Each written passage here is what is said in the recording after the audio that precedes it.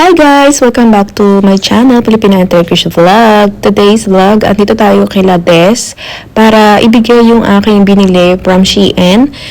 Ayun nga guys, diba? May video ako last time na nag-unboxing tayo ng Shein na pinamili ko. And yung mga pinamili ko doon actually ay para sa mga pambigay lang. Parang nakita lang talaga ako guys. Kasi itong rush card na ito para sa mga bata, kay Coco at saka kay Lila. Para kasi, ewan ko ba, bumibili kasi kami ng clothes or kahit si Sarah kapag bumibili siya ng mga damit, palaging, terno yung dalawa. And maganda naman guys. And, ayan guys, para hindi sila mag-away-away ba, yan. And also, binilan ko rin si Des ng brush. Nakuitan ko lang tong brush na to kasi super yellow siya. And, favorite ni Des kasi yung yellow. So, binili ko sa kanya yan. And, parang advance pa birthday ko na rin sa kanya kasi baka hindi naman daw siya kasi magse-celebrate, sabi niya. Pero kung mag-celebrate man siya, at least may binigay ako and mukha naman nagustuhan niya yung mga brush kasi nga yellow. Anyways, kahit hindi naman niya gamitin yan at yellow, alam niyo naman si Des ay addicted sa yellow color. So, masaya naman siya sa aking binigay. Hilo talaga, be? Siyempre, para sa iyo yan.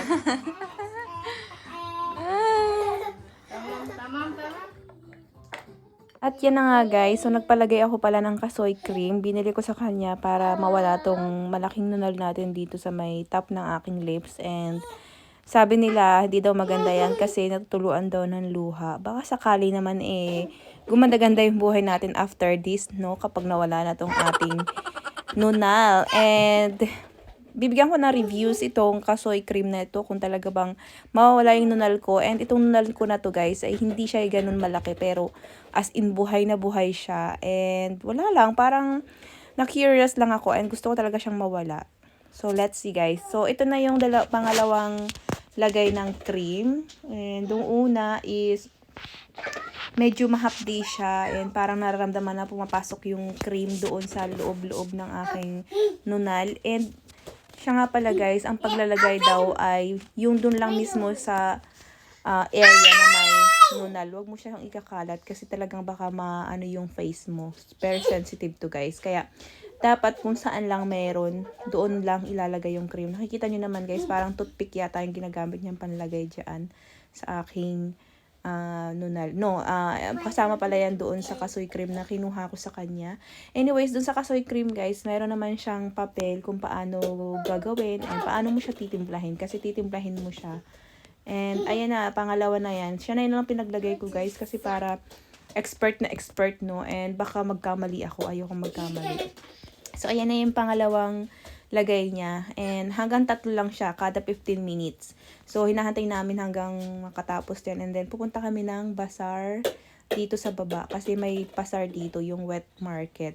And dito sa bazaar nila guys, nila Des, ay sobrang mura dito. Unlike dun sa aming bazaar na sobrang mahal ng mga tinda doon. And limited lang yung mga tinda nila doon. And also, medyo may kamahalan. Dito sa kanila talagang mura. Ayan na guys, pangatlo na ito. Tinatanggal niya na yung pangalawa and pangatlo na yan. And sabi niya ay magpa-flat daw yan. So, hindi naman talaga siya mas masakit. Parang katulad lang din ng ni-laser. Kasi kung hindi nyo alam guys, parang 6 years ago, laser ako ng aking mga siringgoma. May mga siringgoma ako under my eyes. And that time, sobrang kapal-kapal talaga niya. And talagang buhay na buhay yung mga siringgoma ko. And tinatanggal ko siya nung galing ako ng Dubai noon that time. And super duper mura pa yata yung bayad ko doon. Pero sa Pilipinas ko siya ginawa. And then nawala naman siya. Pero sabi sa akin doon sa pinagpaanahan kong aesthetic is, ano bang tawag? Babalik daw siya after 4 or 3 years, ganyan. And bumalik naman siya guys, pero medyo matagal naman bago bumalik. Parang ngayon na lang siya lumitaw. After 5 or 6 years na siya lumitaw. And so thankful naman kasi hindi naman siya masyadong halata yung mga siringgoma ko dyan sa under ng aking eyes. Pero tatanggalin ko na lang din siya. Pero yun nga, ang gagawin ko is 1 by 1 ko siyang tatanggalin. Hi guys, so ayan, pang 2 araw na tong aking nunal and nag-flat na siya guys, pero hindi siya masakit, as in flat lang siya. And medyo parang nagtutubig-tubig siya doon sa loob. So, hinahayaan ko lang siya kasi yun naman ang sabi ni Des.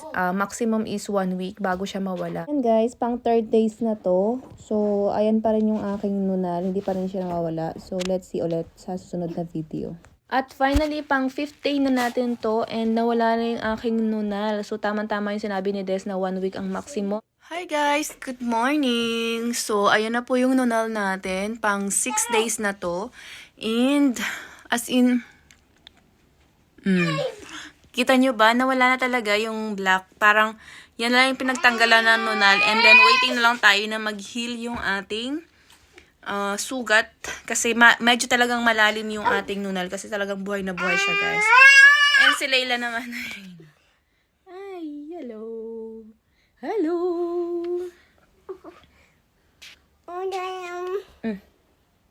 No, no? Say no, no. No. Ay! No. Alright, guys. Later, wait. Papakita ko sa inyo yung cream. Bye-bye. It's okay. Say it's okay. It's okay. Ayaw niya magsalita. Oh no! Anyways, guys, ito pala yung cream na sinasabi ko sa inyo. Lumabas ako sa kwarto kasi ingin ni Layla. Ayan, no? Ito. Super liit niya lang. And then, meron siyang kasama doon sa loob na water or oil something. Paghahaluin mo lang yan siya, guys. And kapag daw dry na yung cream mo, is ilalagyan mo lang ng konti na oil. Oil pala yun, sabi ni Des. Ito siya, guys, ha? Pakita ko sa inyo para makarelate kayo sa ating ano. Ayan lang siya, guys. Oh. Super liit lang talaga as in. And then, ito yung cream. Yung amoy na parang matagta. Ganun. Tapos, ito. Ayan. Kasoy cream. Sa susunod natin gagawin is, ang lalagyan natin ay ito. Kita nyo ba? Hindi kita dito sa aking ano eh. Ayan, basta may mga siringgoma ako dito na flat pa naman siya. Invisible pa rin naman siya kapag malayuan, pero pag yung naka-zoom in na, kitang-kita nyo yung mga siringgoma ko dyan. So, nakakatanda kasi siyang tingnan kapag may ganyan kayo. Kaya, iisa-isahin ko siya. And then, dito sa likod, dito sa pack niya, sa kanyang pakete, may nakasulat dito na cream by Wards, ganyan, blah, blah, blah. And then, parang yung explanation lang naman dito sa product pa lang ngayon dito. Ayan. Wash your skin using this toothpick and make sure that affected area immediately wipe off and cream, blah, blah, blah. Yan yung mga direction na pwede nyo gawin kapag ginamit nyo itong cream. Anyways, may guide naman siya kung paano nyo gagamitin. And kung sa mga magagamit na hindi alam gumamit at hindi pa rin kayo nakokontento sa kanilang explanation dito, yung direction nila dito sa pakete nila, pwede naman kayong mag-search sa YouTube kasi napakaraming reviews nitong Kasoy cream na ito. And ang mga reviews ay super 5-star naman. Kaya naman talaga nakabili-bili ako nito. Kahit medyo may kamahalan siya, pero at least mahal pero effective, diba? Kaysa naman mahal, tas hindi naman effective. So yan guys, that's the end of our video for today. Thank you so much for watching and thank you so much for this Kasoy. So nawala na yung ating nunal. Diba? Mag-heal na yan and makikita nyo na yan sa mga susunod kong mga vlog or mga upload kong videos kapag talagang totally nawala na siya. Bye guys!